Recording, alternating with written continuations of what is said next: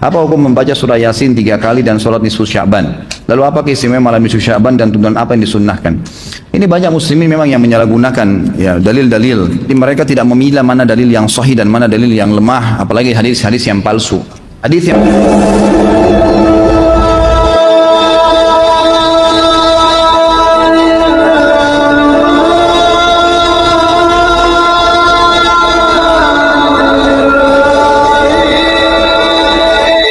Assalamualaikum warahmatullahi wabarakatuh. Bismillah, alhamdulillah, salatu wassalamu ala rasulillah wa ala alihi wa sahbihi wa man tabi'ahu wa mawalah wa la hawla wa la quwwata illa billah, amma ba'du. Bapak Ibu sahabat Cahyati yang dirahmati Allah, alhamdulillah di kesempatan kali ini kita jumpa lagi di channel YouTube kami Cahyati 80. Mudah-mudahan kita senantiasa mendapatkan taufik dan hidayahnya, mendapatkan ridho dan hidayahnya, dimudahkan solusinya dan diajarkan rezekinya. Amin ya rabbal alamin.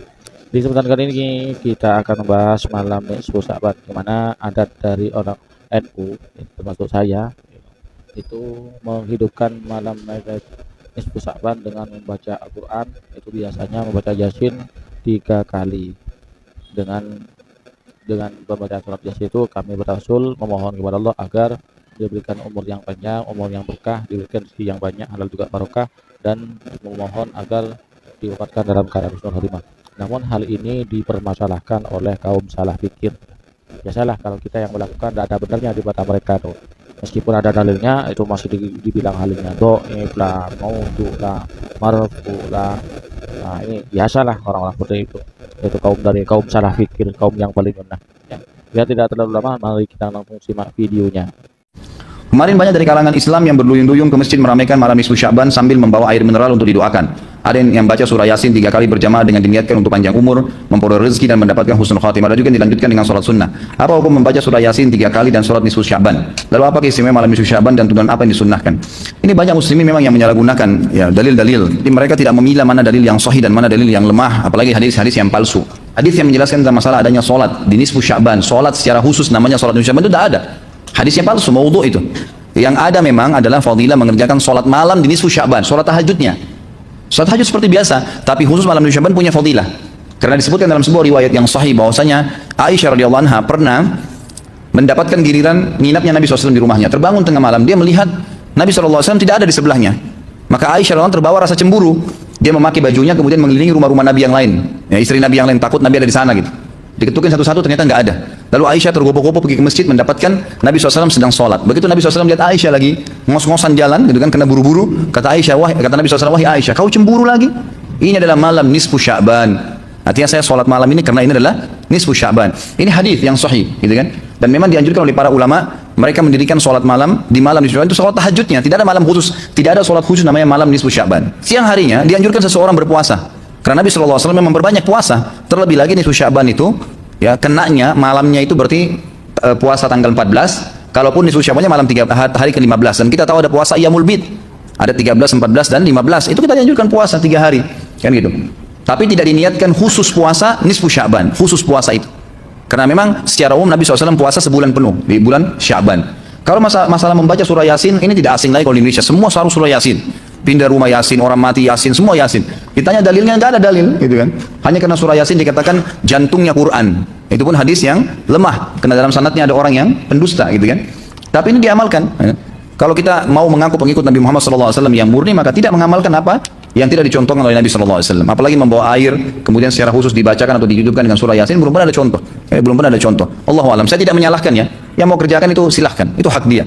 Tapi saya pribadi menyarankan, apalagi jemaah ikut dengan pengajian saya atau yang mendengarkan ceramah kita, murnikan ibadah kembali kepada Nabi SAW. Nabi SAW tidak menghembuskan nafas terakhir kecuali sudah mengajarkan semua yang kita butuhkan. Jadi tidak perlu ditambah.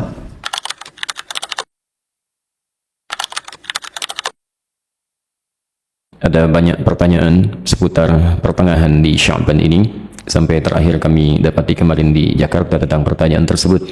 Bagaimana tentang keterangan-keterangan hadis yang menyebar seputar keutamaan atau amalan-amalan di pertengahan Sya'ban, khususnya baik di malam Sya'ban ini ataupun di siangnya. Penting kami sampaikan, setidaknya hadis-hadis seputar pertengahan Sya'ban kita bisa dapati ada satu yang kualitasnya sahih, ada satu yang kualitasnya dhaif, dan selebihnya umumnya palsu. Ya, selebihnya umumnya palsu. Saya ambil contoh yang palsu misalnya.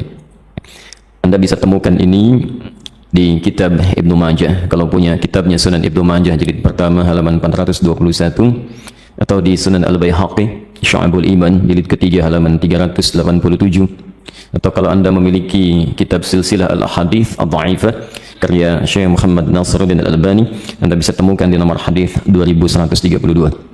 Baik, riwayat ini disampaikan oleh seorang bernama Ibnu Abi Sarba. Beliau mengatakan menerima dari Ibrahim bin Muhammad, beliau menerima dari Muawiyah bin Abdullah bin Ja'far, disampaikan dan disandarkan pada sahabat Ali bin Abi Thalib. Alhamdulillah.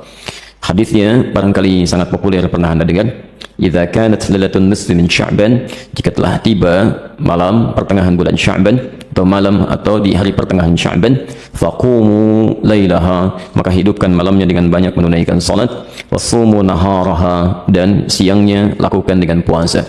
Faman min mustaghfirin, maka siapapun yang bermohon ampunan kepada Allah, maka Allah akan mengampuni orang yang memohon ampunan itu.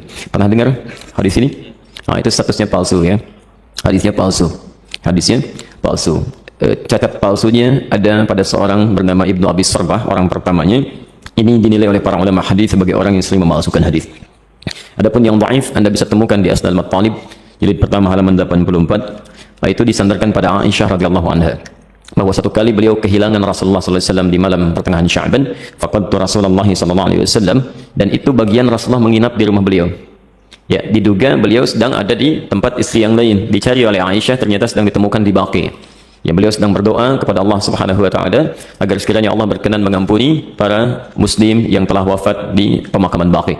Ya, maka Rasulullah menyampaikan, kata oleh Aisyah, hari ini Allah mengamati kepada manusia dan mengampuni orang-orang memohonkan ampunan. Ini statusnya dhaif, tapi juga disahihkan oleh Syekh Muhammad Nasiruddin Al-Albani.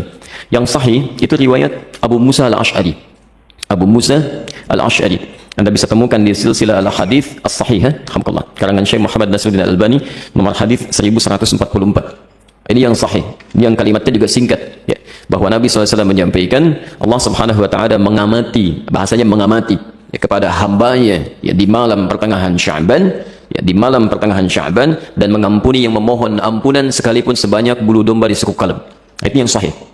Ini sebetulnya semakna dengan hadis-hadis qudsi yang disampaikan orang pertamanya 31 orang sahabat senior, dan itu biasa keutamaan-keutamaan malam. Misal, yanzilu rabbuna tabaraka wa ta'ala, Allah kemudian yang menghamparkan rahmatnya ke langit dunia kepada hambanya setiap sepertiga malam. Itu tiap hari itu, ya, sepertiga malam, ya.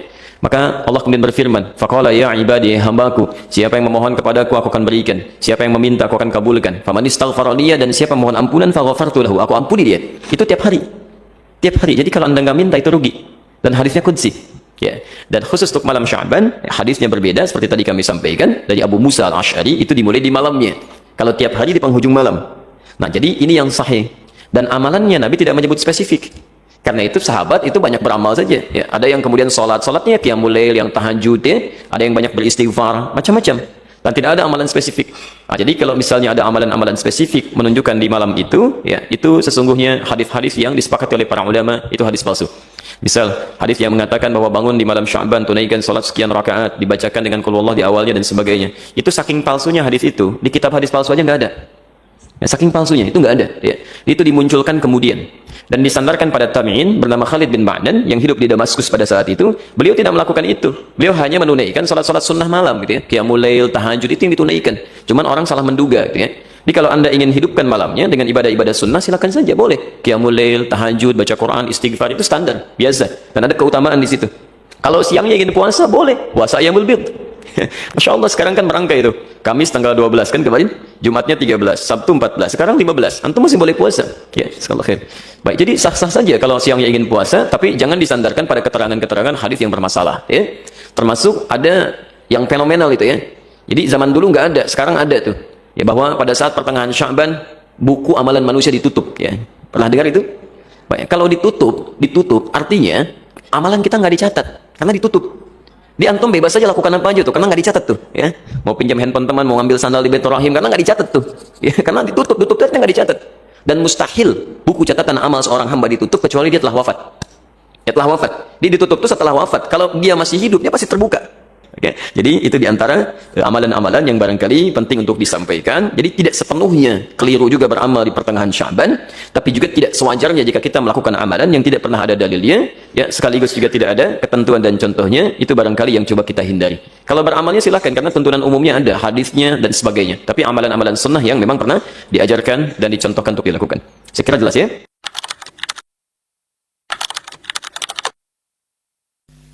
Menghidupkan malam nisfu Sya'ban ini yang sedikit heboh kadang. Sedikit heboh tentang malam nisfu Sya'ban ini. Apa-apaan tuh orang pada ngumpul-kumpul ngerayain nisfu Sya'ban ini.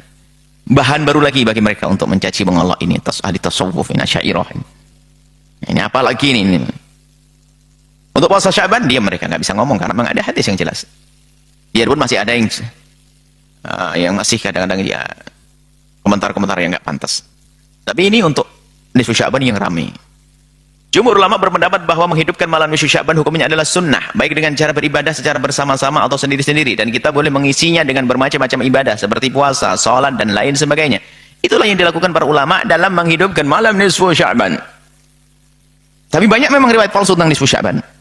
Riwayat palsu tentang nisfu Sya'ban mungkin perlu dijelaskan. Banyak riwayat palsu, tapi harus hati-hati. Tidak semuanya palsu. Intinya bahwasanya dihadirkan buku ini bukan Anda untuk mencerca, mencaci orang lain yang berbeda dengan Anda.